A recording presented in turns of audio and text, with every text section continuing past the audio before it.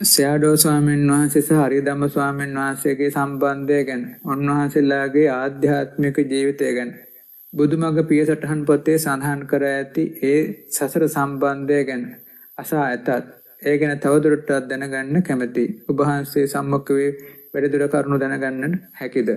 ඒක මේ ප්‍රශ්නයක් නෙමෙයි. නමුත් ඉතින් ගොඩාක් කරුණු ටිකක් අපි මේ ගැන මතක් කරලා දෙන එක වටිනවා. ඉතින් මෑත කාලයේදී සම්මා සම්බුද්ධ ශාසනයට පිහිට වෙන්න පහළ වෙච්ච ශ්‍රේෂ්ඨ ස්වාමීන් වහන්සේලා තමයි අපි ඔය ෂැඩෝ ස්වාමීන් වහන්සේ. උන්වහන්සේගේ නම ආචින්න ෂැඩෝ. ඉතින් තව හඳුන්වන්නේ කවුරුත් හඳුන්වන්නේ අවුක් ෂැඩෝ ස්වාමීන් වහන්සේ කියලා. ඒකම අපේ නාවනේ හරිධම්ම ස්වාමීන් වහන්සේත් ඒ වගේම උන්වහන්සේගේ ඒ දහම් මගටම උපකාරී තාම ශ්‍රේෂ්ඨ ස්වාමීන් වහන්සේ නමක් නාවනේ හරිධම්ම ස්වාමීන් වහන්සේ. මම හිතනවා මේ පින්වතුන් බොහෝ දෙනෙක් හරිධම්ම ස්වාමීන් වහන්සේ ගැන නම් අහලා තියෙනවා. නමුත් ෂැඩෝ ස්වාමීන් වහන්සේ ගැන එච්චර අහන්න විදියක් නැත්තේ. උන්වහන්සේ පිටරට කෙනෙක්. ලංකාවෙත් හිටියා. නමුත් උන්වහන්සේ පිටරට කෙනෙක්. නමුත් නායුන ස්වාමීන් වහන්සේගේ දේශනා හැම වෙලේම අපිට ඇහෙනවානේ. සිංහල මාධ්‍යයෙන් සිංහල භාෂාවෙන් අපිට ඇහෙනවා. සමහර අපේ දායක පින්වතුන් මේ ඉන්ටර්නෙට් එකටත් දාලා තියෙනවා. ඒ ක්‍රම වලින් අපි ඒව අහනවා. පිරිත් දේශනාවන් අහනවා.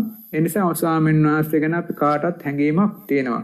ඉතා ශ්‍රේෂ්ඨ ස්වාමීන් වහන්සේ නමක් කියලා. ඒ වගේම තමයි පින්වතුනි මේ පාවෂාඩෝ ස්වාමීන් වහන්සේ කියන්නේ තාම ශ්‍රේෂ්ඨ සම්බුද්ධ ශාසනයට මෑත කාලයේ පහළ වෙච්ච තාම ශ්‍රේෂ්ඨ ස්වාමීන් වහන්සේ නමක්.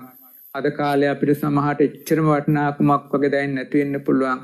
යම් දවසකදී ස්වාමීන් වහන්සේලා නැති කාලයක හොඳටම වැටහෙයි මේ ස්වාමීන් වහන්සේලා සම්බුද්ධ ශාසනය වෙදීන් කරපු මෙහෙවර මොකක්දයි කියලා.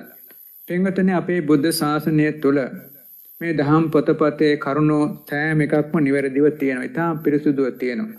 නමුත් ඒවා තේරුම් ගැනීමේ අපිට යම් යම් අපහසුතා අඩුපාඩු තියෙන නිසා මේ යම් යම් භාවනා ක්‍රමයන් වැළලීලා තිබුණා. අපේ ශාසනය තුළ අඩු වෙලා තිබුණා. ඒ වගේ ශක්තිය වැළලීලා තිබුණා, ප්‍රකට වෙලා තිබුණේ නැහැ. විශේෂයෙන් සමත භාවනාවන්, විපස්සනා භාවනාවන්, අනුපිළිවෙල භාවනාවන් පිළිබඳව ශක්තිය වැළලීලා තිබුණා. ඒ නිසා අපි බොහෝ දිනෙක අන්ධ විශ්වාසයන් වලට ලක් වෙලා තිබුණා.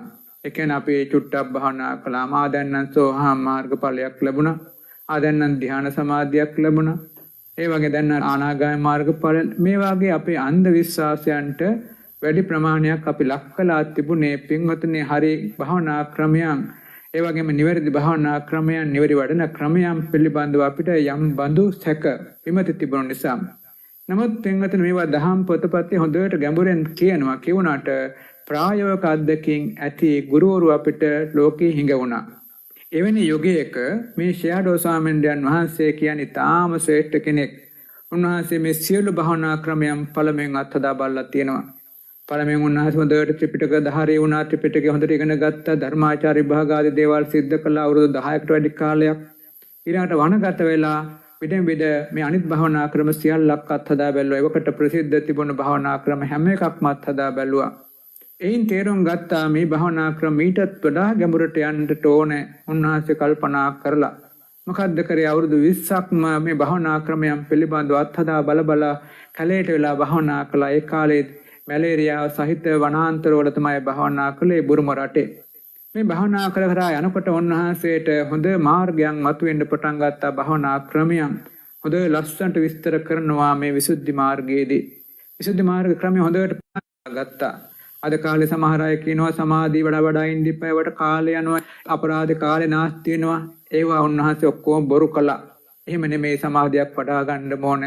සමාධියක් බුදුරජාණන් වහන්සේ කියන්නේ සීල සමාධි ප්‍රඥායි කියලා. සමාධිය මත පිහිටාගෙන කරන දේ සාර්ථක භාවයේ වැඩි. උන්වහන්සේ හොඳට ඒවා පෙන්වන්න කරලා දීලා මාර්ගයෙන් ප්‍රතිඵල ලබාගත් විශාල ප්‍රමාණයක් එහි වටිනාකම් පෙන්වන්න කරලා දුන්නා. මෙන්න මේ වාගේ භාවනා ක්‍රමයන් සියල්ලක්, සමත භාවනාවන් සියල්ල, විපස්සනා භාවනාවන් සියල්ල, අනුපිළිවෙලින් විපස්සනා ඥාන වැඩෙන ආකාරය මේ මාර්ගඵල නිවන දක්වා මතු කරලා දුන්නා වූ මෑත කාලේ මතු කරලා දුන්නා වූ ශ්‍රේෂ්ඨම ස්වාමීන් වහන්සේ නමක් තමයි මේ අවුක්ෂාඩෝ ස්වාමීන් වහන්සේ කියන්නේ.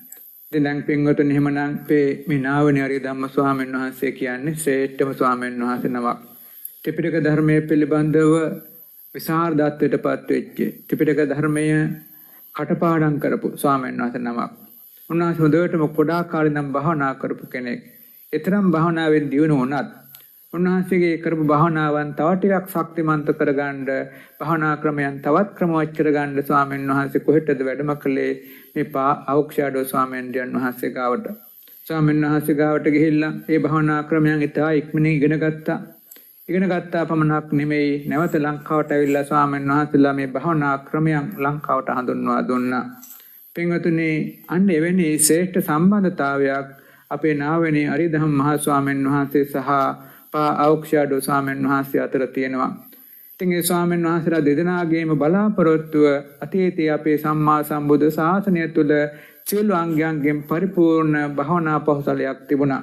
සමත භාවනාවන්ගෙන් ධ්‍යානලාභී හිටියා. ඒ වගේම විපස්සනා භාවනාවන්ගෙන් විපස්සනා ඥානලාභී හිටියා. මාර්ගඵලලාභී හිටියා. අන්නේ සියලු අංගයන්ගෙන් පරිපූර්ණ ශාසනය ගොඩනැගීමයි ඒ දෙදෙනාගේම අභිලාෂය. නාවිනේ ස්වාමීන් වහන්සේත් බලාපොරොත්තු වෙන්නේ අතීතයේ අනුරාධපුර යුගයේදී අපේ ලංකාද්වීපය මේ ධ්‍යානලාභීන්ගෙන් අභිඥාලාභීන්ගෙන් මාර්ගඵලලාභීන්ගෙන් පිරිලා හිටපු යෝගයක් බවට පත් වෙලා තිබුණා. අන්නේ වෙන යෝගයක් නැවතත් පහළ වේවායි කියන ප්‍රාර්ථනාවයි ස්වාමීන් වහන්සේ නැවත සිද්ධ කළේ. අන්නේ වෙනි හොඳ ප්‍රාර්ථනාවන් ඇති මේ භාවනා මාර්ගයේ මතු කරලා ලෝකෙට දෙන්න වැඩල්ලාගේ භාවනා ක්‍රමේ මතු කරලා ලෝකයට දෙන්න කැප වෙලා කටයුතු කරපු ශ්‍රේෂ්ඨම ස්වාමීන් වහන්සේලා දෙනමක් තමයි මේ අවක්ෂාඩෝ ස්වාමීන් වහන්සේ සහ නාවිනේ අරිදම් මහ ස්වාමීන් වහන්සේ කියලා කියන්නේ. පින්වතුනි ඒ නිසා අපේ ස්වාමීන් වහන්සේලාට දිනපතා වැඳුම් පිදුම් කිරීමෙන් ඒ වගේම ගරු බුහුමන් කරමින් උන්වහන්සේලා අනුගමනය කරමින් කටයුතු කරනකොට අපි යන ගමන මේ සාර්ථක භාවයට පත් වෙනවා. සමත භාවනාවන් විපස්සනා භාවනාවන් සාර්ථක බවට පත් කර ගන්න හැකියාවක් ලැබෙනවා. ඉතින් තවත් කුඩා උදාහරණයක් අපි මතක් කරන්නම් මේ අවක්ෂාඩෝ ස්වාමීන් වහන්සේ සම්බන්ධව. ඉතින් පින්වතුනි එවකට 1995 අවුරුද්දේ අපේ නාවිනේ ලොකු ස්වාමීන් වහන්සේ සමග 96 අවුරුද්දේ ජනවාරි 2 වෙනිදා පාවාරන්ට වැඩම කළේ. වැඩම කරන අවස්ථාවේදී අතරමඟදී අපිට ඒ අවස්ථාවේදී ලොකු විශ්වාසයක් තිබුණේ නැහැ මේ ෂාඩෝ ස්වාමීන් වහන්සේ පිළිබඳව. නමුත් හිතේ හැඟීමක් තිබුණා, යම්බඳු විශ්වාසයක් තිබුණා. ඉතින් අතරමඟදී කල්පනා කරලා බැලුවා මේ ෂාඩෝ ස්වාමීන් වහන්සේ එමනම් ශ්‍රේෂ්ඨ කෙනෙක් වෙන්නටම ඕනේ. උන්වහන්සේ මේ ශ්‍රේෂ්ඨ කෙනෙක් නම් මේ පරිසරය ශක්තිය තුලින් අපිට වැටහෙවා කියලා හැඟීමක් පහළ වුණා. ඒ අවස්ථාවේ පින්වතුනි පුදුමාකාර ශක්තියක් ඇඟට එක්කහ වුණා. අහසේ ඉන්නා වගේ ශරීරයට අමුතු ශක්තියක් එක්කහ වෙලා පුදුම ශක්තියක් දැවුණා ඇඟට. ඒකෙන් තේරුම් ගියා මේ ස්වාමීන් වහන්සේලා පූර්ණය කරන මේ ශක්තිය භාවනා ශක්තිය මේ විශ්ය තුළ තියෙනවා. ඒ විශ්ය තුළ තියෙන ශක්තිය තමයි අපේ මේ සිත් වලටත් එක්වෙන්නේ කියලා පින්වතුනි. ඒ දේ අපිට සනාත වුණා. අපේ දායේ ස්වාමීන් වහන්සේගේ ආරණ්‍යයට අපි වැඩම කරන අවස්ථාවේදී ස්වාමීන් වහන්සේලා 100ක් විතර බණ භාවනා කරන ආරණ්‍ය සේනාසනය ඊටාම සමග සම්පන්නයි. කිසිම වාදයක් ભેදයක් නැහැ. කවුරු සමග සම්පන්නව වැඩ කරන ඊටාම හොඳින් කටයුතු කරන ආරණ්‍ය සේනාසනයක් අපිට දැකීමෙන් පවා විශාල ප්‍රසාදයක් ඇති වුණා. අනේ කොච්චර වටිනවද? එක්කිනා දෙන්න අතර කොච්චර මත ભેදයට පත් වෙලාද යම් කාරණා නිසා මේ ස්වාමීන් වහන්සේලාට එහෙම දේවල් නැහැ. කවුරුත් බොහොම සමග සම්පන්නව තමන්ගේ ගුරු ස්වාමීන් වහන්සේ අනුගමනය කරමින් කටයුතු කරනවා නේද කියලා පුදුමාකාර සතුටක් ඇති වුණා. පින්වත්නි සම්බුද්ධ ශාසනය බැබලීම දක්වලා අදාළ සතුටක් ඇති වුණා. ඒ සතුට අදටත් තියෙනවා. පින්වත්නි අද මේ වෙනකොට ආරණ්‍ය සේනාසනයේ ස්වාමීන් වහන්සේලා දහසක් තරම් ප්‍රමාණයක් භාවනා කරනවා. වෙනම කොටසකදී සිල්මෑණිවරුන් වහන්සේලා 100 ගණනාවක් භාවනා කරනවා. කාමුදාකවත් ප්‍රශ්නයක් නැහැ. කවුරු සමග සම්පන්න හොඳට බණ භාවනා කරන ශ්‍රේෂ්ඨ ආරණ්‍යයක් බවට පත් වෙලා තියන්නේ ඒ ගොඩාක් දෙනාගේ ආධ්‍යාත්ම ශක්තිය නිසායි. පින්වතුනි ඒ හැමදෙනාම තමන්ගේ ආධ්‍යාත්ම ශක්තිය හොඳට ගොඩනගා ගන්නවා. ඒ තුලින් කවුරුත් මේ ධර්මයේ පිළිබඳ පුදුමාකාර ශ්‍රද්ධාවකින් භක්තියකින් කටයුතු කර ගන්නවා.